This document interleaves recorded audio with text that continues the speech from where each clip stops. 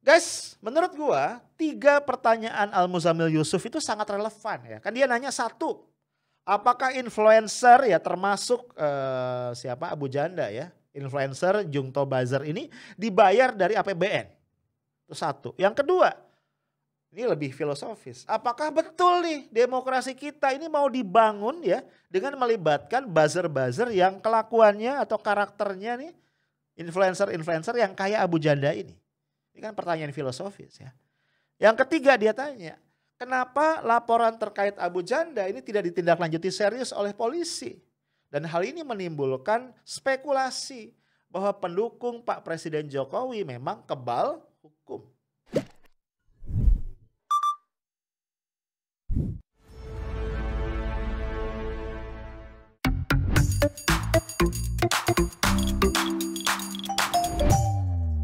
Halo guys, kita ngumpul lagi di Highlight edisi Kamis 11 Februari 2021. Mungkin sebagian dari lu ingat ya, di Agustus tahun lalu itu Indonesia Corruption Watch ICW pernah melaporkan bahwa dari penelusuran mereka itu pemerintah ditemukan menggelontorkan dana 90,45 miliar dalam kurun waktu 2017-2020 untuk jasa para influencer ya, dalam kurung buzzer ya, di 34 kementerian dan 5 lembaga pemerintah non kementerian LPNK ya. Nah, ya tadi pertanyaan apakah jasa influencer ini termasuk para buzzer yang malang melintang dengan sangat ganas di jagat medsos? Ini kan pertanyaan yang kayaknya udah jadi rahasia umum ya, walaupun tidak pernah dikonfirmasi secara pasti sampai hari ini. Nah yang pasti guys, di bulan Oktober 2019 yang lalu ya, KSP Muldoko itu pernah mengatakan bahwa awalnya memang ada buzzer ya yang hadir untuk memperjuangkan dan menjaga marwah pemimpinnya. Dalam konteks Pilpres kayaknya ya. Nah kata-kata tadi menarik ya, jadi bisa dimengerti nih, karena menjaga dan memperjuangkan marwah ya. Jadi bisa dimengerti kemudian kalau para buzzer ini itu brutal banget ya. Menghajar pihak-pihak yang mengkritik sang pemimpin. Marwah. Ini yang menimbulkan kemudian banyak korban. Ya, apalagi kemudian seolah-olah para buzzer ini kebal hukum ya, tidak mempan dilaporkan ke polisi. Ya walaupun sudah menebarkan macam-macam ya, ujaran kebencian, penghinaan, hujatan, segala rupa di cyberspace kita. KSP Muldoko juga mengatakan keberadaan buzzer ini belakangan, maksudnya tahun 2019 itu ya merugikan Jokowi. Ya karena menebarkan emosi negatif dengan kata-kata yang gak enak didengar, gak enak di hati, kira-kira begitu. Namun ya anehnya nih Pak Muldoko bilang para buzzer ini gak bisa dibubarkan. Karena yang membentuk bukan pemerintah dan gak ada strukturnya. Nah guys, kita lanjutin sedikit ya. Ini ada interview menarik ya yang kemudian yang tayang di Detikcom. Abu Janda tuh mengakui bahwa Abu Janda kan salah satu buzzer yang paling ganas ya. Dia tuh digaji besar sebagai influencer atau buzzer tadi. Ya bahkan dia menyebutnya sebagai jackpot, dapat jackpot gitu ya. Ya walaupun kemudian dia mengatakan buzzer ini udah dibubarin pasca Pilpres. Honornya seberapa besar? Ya zaman Pilpres itu kita tahu lah yang namanya ketika saat Pilpres itu emang logistik yang terlibat itu sangat-sangat besar lah.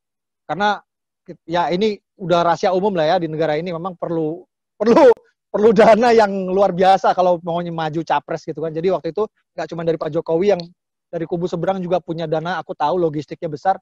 Jadi mereka memang udah udah menganggap bahwa media sosial ini adalah satu front yang harus diperjuangkan juga. Jadi nggak cuma front belusukan di offline fisik aja, tapi sekarang online juga sudah dipertimbangkan. Akhirnya setiap tim kampanye waktu itu menyisihkan kan dana untuk logistik untuk kampanye di media sosial ini. Atau per tweet Mas honornya dulu?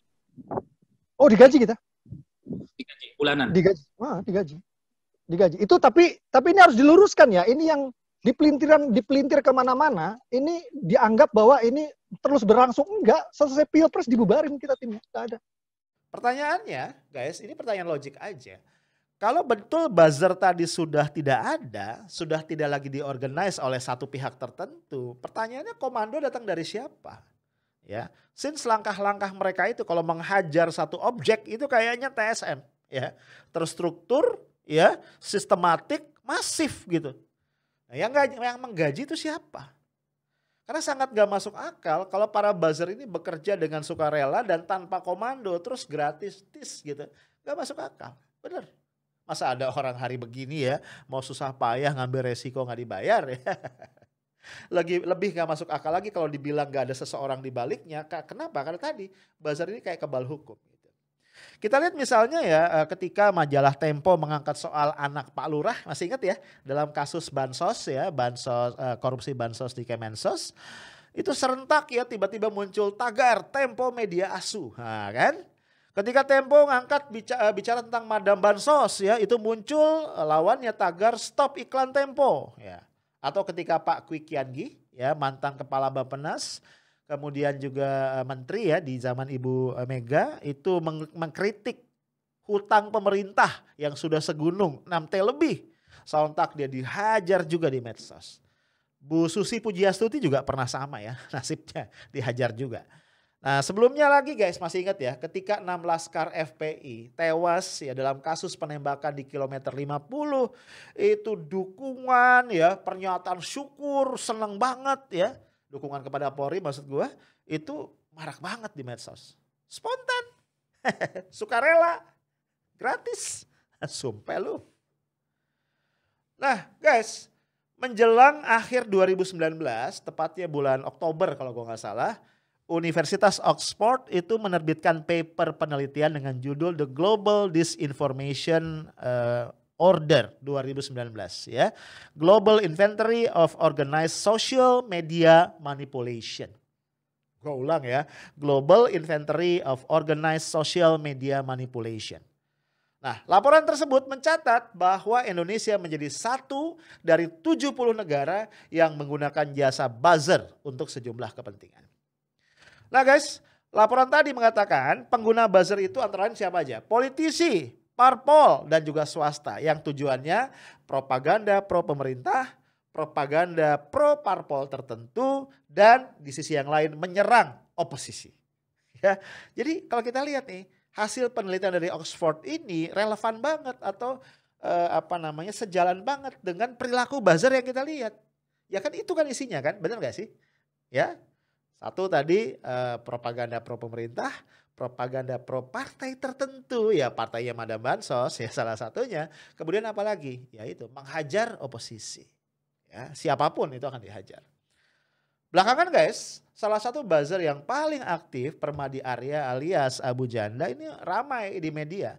Ya seenggaknya kita ingat 2 kasus kan. Pertama dugaan ujaran kebencian bernada rasis kepada mantan Komisioner Komnas HAM Natalius Pigai. Dan yang kedua adalah statement bahwa Islam itu adalah agama pendatang yang arogan. Ya. Sebelumnya guys, Abu Janda ini pernah menyatakan bahwa teroris itu punya agama dan agamanya adalah Islam. Nah terkait dengan ini baru-baru ini ya. Dalam sidang paripurna DPR RI, anggota DPR dari fraksi PKS ya Al Muzamil Yusuf itu interupsi ya. Dia angkat masalah ini. Yuk kita simak dulu cuplikan videonya. Pertanyaan kami untuk klarifikasi kepada publik. Pertama, apakah Permadi Arya dibayar dengan anggaran APBN? Kedua, apakah demokrasi kita akan dibangun dengan influencer dengan karakter seperti Permadi Arya yang beberapa komennya menjurus pada tuduhan rasialis dan penistaan agama. Tuduhan rasialis terhadap Natalius Pigai tidak usah saya ulang, kita ketahui bersama. Terkait dengan isu agama, khususnya isu Islam, saya kutipkan ucapan yang bersangkutan. Ya, Islam itu agama arogan. Komentar pada periode sebelumnya, terorisme punya agama, agamanya Islam. Untuk selengkapnya silakan melihat medsos yang bersangkutan. Pertanyaan ketiga saya, Permadi Arya sudah beberapa kali mendapat tuntutan hukum, tetapi proses hukumnya tidak berjalan. Dan sekarang sedang berlangsung, mari kita simak ujungnya. Sehingga menimbulkan kesan publik kepada Pak Jokowi bahwa pendukung Pak Jokowi atau influencer yang bekerja untuk Pak Jokowi seakan mendapat kekebalan hukum. Guys, menurut gua 3 pertanyaan Al-Muzammil Yusuf itu sangat relevan ya. Kan dia nanya satu, apakah influencer ya termasuk siapa Abu Janda ya, influencer Jungto Buzzer ini dibayar dari APBN? Itu satu. Yang kedua, ini lebih filosofis. Apakah betul nih demokrasi kita ini mau dibangun ya dengan melibatkan buzzer-buzzer yang kelakuannya atau karakternya nih influencer-influencer yang kayak Abu Janda ini? Ini kan pertanyaan filosofis ya. Yang ketiga dia tanya, kenapa laporan terkait Abu Janda ini tidak ditindaklanjuti serius oleh polisi? Dan hal ini menimbulkan spekulasi bahwa pendukung Pak Presiden Jokowi memang kebal hukum. Ini 3 pertanyaan yang harus dijawab mestinya ya. Sayangnya guys, Wakil Ketua DPR RI yang memimpin sidang ini dari Gerindra, Pak Sufmi Dasko Ahmad, itu meresponnya tuh nggak niat banget ya. Ini Pak Sufmi cuma bilang gini, apa yang sudah disampaikan sudah jelas dan bagi yang menyimak dapat menerima atau mengerti apa yang dimaksudkan. Ih garing ya. Kenapa coba? Pak Sufmi ngomong gini maksudnya apa? Ini gue geleng-geleng ya pas dengernya. Aduh. Nah untuk dicatat guys, sebelumnya Sufmi Dasko Ahmad ini juga yang menjadi Mak Comblang. Ya, Mak Comblang yang mempertemukan, ya memfasilitasi pertemuan antara Abu Janda dengan Natalius Pigai ya setelah Abu Janda dilaporkan oleh KNPI ya gara-gara apa statement dia yang rasis itu yang diduga rasis. Ini pertemuannya di sebuah hotel, kayaknya di Fairmont ya, 8 Februari yang lalu. Nah Sufmi sayangnya nggak banyak kasih keterangan nih tentang pertemuan tadi. Dia cuma bilang gini, perkuat diri membangun negeri bersama Natalius Pigai dan Abu Janda. Fairmont 8/2/2021. Apa coba kayak spanduk ya.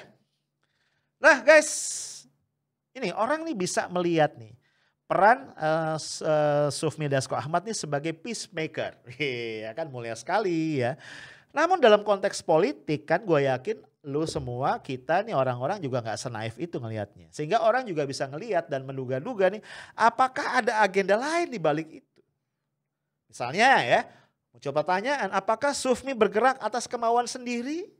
Atau apakah ada yang menggerakkan? Kalau ada yang menggerakkan siapa yang menggerakkan dan untuk tujuan apa? Boleh jadi nih kalau diterusin guys.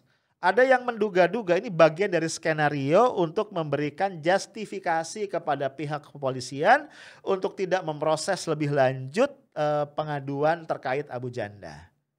Ya kan nanti polisi bisa bilang kan ini sudah islah gitu ya. Nah untuk yang ini orang bisa berspekulasi ya kenapa ada upaya supaya Abu Janda nggak dilanjutkan prosesnya. Karena Abu Janda ini dan juga para buzzer yang lain ada yang memelihara. Siapa? Apakah ada hubungan dengan kakak pembina? Gelap. Bahkan ada yang bilang nih kalau sampai Abu Janda di penjara misalnya atau ditahan ini bahaya. Karena dia pegang kartu truf dari banyak orang ya dari para pemeliharanya. Aduh kalau udah spekulasi udah kusut udah ngeri ya. Guys tapi memang dugaan tersebut diperkuat dengan fakta bahwa sebelumnya 6 Februari Abu Janda juga bertemu dengan Sunanto. Ya, Mas Sunanto ini adalah Ketua Pemuda Muhammadiyah di kediamannya di Jagakarsa, Jaksel. Ya lu tahu ya dalam berita-berita sebelumnya gue juga pernah bahas kalau nggak salah di podcast gue. Pemuda Muhammadiyah ini termasuk salah satu institusi yang keras minta polisi memproses Abu Janda. Karena statement-statementnya ya termasuk statement yang Islam agama pendatang dan arogan segala macam itu. Nah dalam kesempatan ini Abu Janda minta maaf atas tanda kutip kesalahpahaman yang terjadi. Kenapa kesalahpahaman? Udah jelas kok statementnya ya. Menurut dia yang dia maksud dengan arogan itu adalah tanda kutip Islam Wahabi yang datang belakangan. Bukan Islam secara keseluruhan. Pinter ya ngelesnya kayak bajai. Nah guys di kesempatan itu Mas Sunanto merespon begini. Saya kira teman-teman sekalian, sahabat-sahabatku, kader-kader pemuda Muhammadiyah, secara pribadi tentu permohonan maaf kita terima.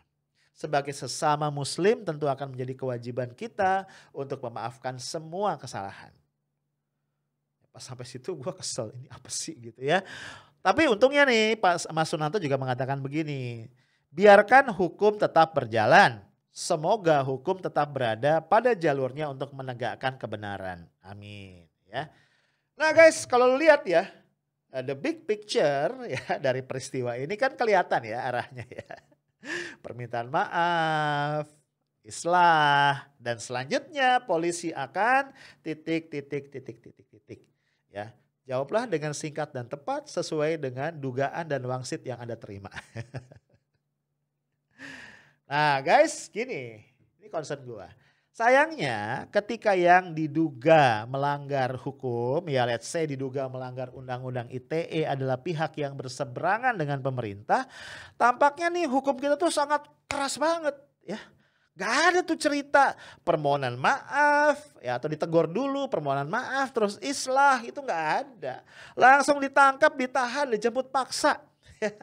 Ingat gak sih kasus yang melibatkan misalnya ya para aktivis atau pentolan kami ya, Syahganda Nainggolan, Jumhur Hidayat, Anton Permana, atau juga yang melibatkan aktivis kemanusiaan ya, Ustazah Kinkin Anida misalnya, dalam konteks protes yang berkaitan dengan pengesahan Omnibus Law, Undang-Undang Cipta Kerja. Jumhur misalnya ya itu ditangkap dalam keadaan atau kondisi baru aja selesai operasi kantung empedu ya. Ini operasi yang cukup berat sebenarnya, ditangkap ya. Lu bayangin luka operasi masih basah gitu ya, ditangkap di rumahnya.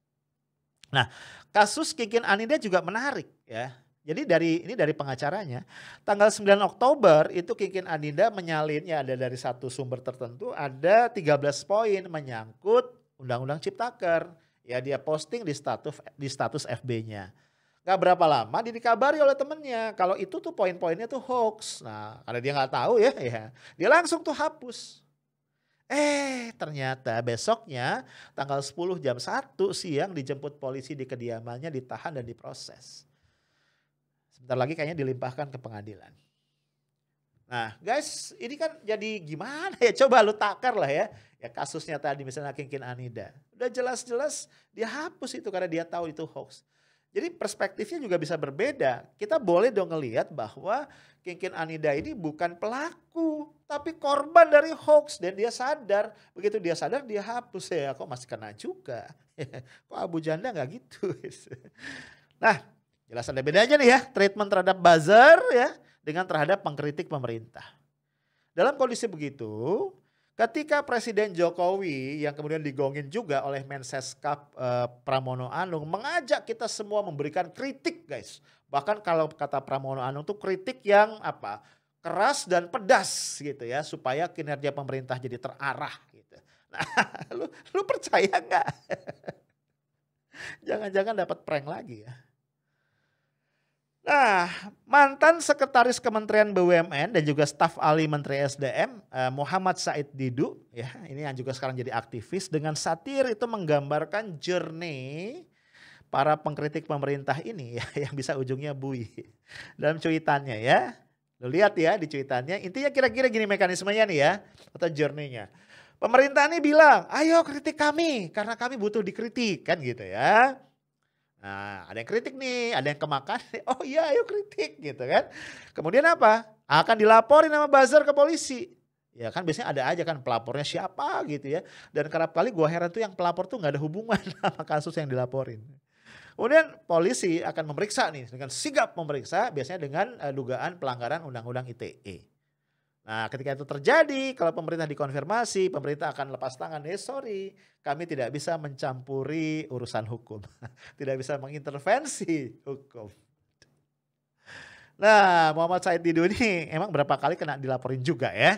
Karena itu mungkin dia akhirnya jadi menekankan di tweetnya. Kira-kira begitu prosesnya, pakai tanda tanya kan lu lihat tadi ya. Ini pakai tanda tanya loh, dia tulis juga gitu. Nah seolah dia ingin menegaskan bahwa dia tidak menuduh. Jadi gue mikir-mikir segitu takutnya rakyat sekarang buat bicara. Ya. Nah, secara khusus guys itu Koran Tempo, ini gue baru tahu nih ya, memuat komentar Rocky Gerung nih terkait pernyataan presiden yang tadi ya, yang minta dikritik. Nih ya lo lihat ya, kita baca nih.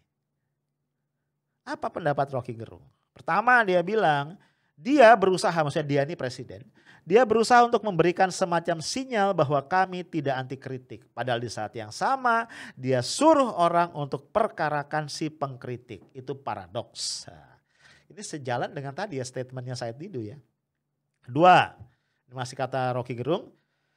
Jadi seolah-olah bilang silakan kritik, oke, Anda boleh ngomong. Omongan Anda dijamin oleh kebebasan. Tapi setelah Anda ngomong kami tidak jamin kebebasan Anda. Kira-kira begitu. Setelah ngomong kebebasan ditunggu oleh Undang-Undang ITE, ditunggu oleh Bareskrim.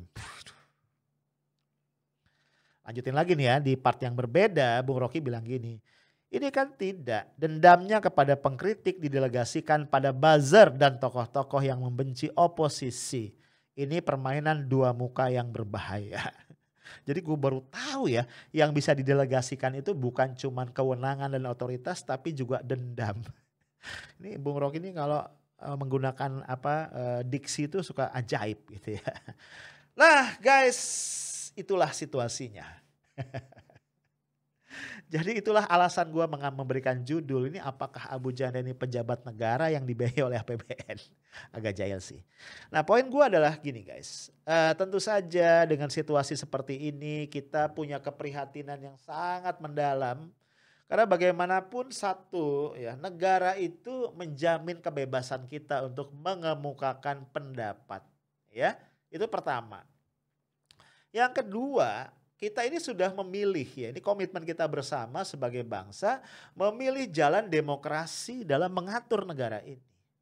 Nah kalau begini caranya, akhirnya kan jadi jebakan Batman. Iya kan? Orang ngerasa oke, kita demokrasi, orang ingin mengekspresikan pikiran dan pendapatnya, tiba-tiba kemudian orang dipolisikan. Ini kan gak benar. Itu yang kedua ya. Jadi melanggar komitmen kita. Kemudian yang ketiga, nah ini yang paling berbahaya ya. Pemerintah ini seolah-olah lupa bahwa pemerintah ini bukan pemilik negara ini. Ya. Negara ini adalah milik bangsa, milik kita semua. Pemerintah tanda kutip hanya sekedar agent. Ya. Orang-orang yang diberikan amanah untuk menunaikan kepentingan rakyat. Jadi kalau pakai teori agensi teori, pemerintah itu adalah agent, prinsipalnya pemilik sejatinya adalah rakyat. Harusnya begitu. Dan sangat wajar kalau pemilik itu menegur agentnya. Menegur agentnya. Ya, itu yang ketiga. Yang keempat, perlu digarisbawahi juga, senantiasa terdapat apa yang namanya asymmetric information. Inilah yang membuat gue prihatin, kalau rakyat mengkritik kalimatnya salah, datanya salah, misalnya salah nih versi pemerintah, itu langsung ditembak dengan undang-undang ITE, dianggap menyebarkan hoax. Tadi, karena selalu ada asymmetric information. Rakyat kita nih yang di luar pemerintahan bagaimanapun tidak punya data selengkap yang dimiliki oleh pemerintah.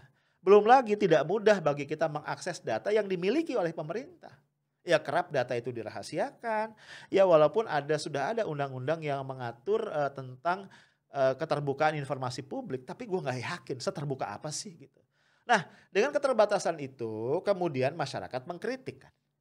Ya, ketika datanya nggak pas tadi dituduh kemudian hoax, menyebarkan berita bohong dan lain-lain, jatuh kena ITE. Ini kan jahat betul ya guys. Nah kalau kita kaitkan dengan apa yang gue bahas sebelumnya, kalau ini tidak diperbaiki, yang gue khawatir adalah kualitas demokrasi kita akan terus menerus turun ya. Sekarang kan kategori kita ini sudah demokrasi cacat ya, demokrasi yang tidak sempurna.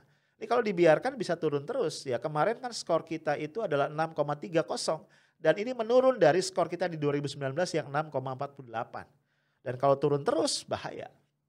Ya, bahaya. Dan yang terakhir guys, menurut gua kalau negara tidak segera memperbaiki hal ini, maka negara sadar atau tidak justru mengkhianati konstitusi, mengkhianati pembukaan Undang-Undang Dasar 1945 yang tegas mengatakan bahwa salah satu tujuan bernegara adalah melindungi segenap bangsa Indonesia dan seluruh tumpah darah Indonesia. Kemudian memajukan kesejahteraan umum dan mencerdaskan kehidupan bangsa. Nah, kalau persoalan-persoalan ini, ya buzzer, ya, kemudian pemolisian kepada pengkritik pemerintah, ya, kemudian juga beberapa hal tadi yang berkaitan dengan tidak transparannya pemerintah kepada rakyatnya ini dibiarkan, maka tujuan-tujuan tadi akan terus dikhianati. Gua nggak tahu secara sadar ataupun tidak. tentu saja kita tidak inginkan. Tapi guys, satu hal yang ingin gue garis bawahi, jangan pernah putus asa. Kita sebagai masyarakat sipil sekali lagi tidak pernah boleh putus asa dalam membangun Indonesia yang lebih baik dan bermartabat. Teruslah bersuara karena Indonesia adalah punya kita. Itu aja dari gue, stay tough, smart, and professional. Assalamualaikum warahmatullahi wabarakatuh.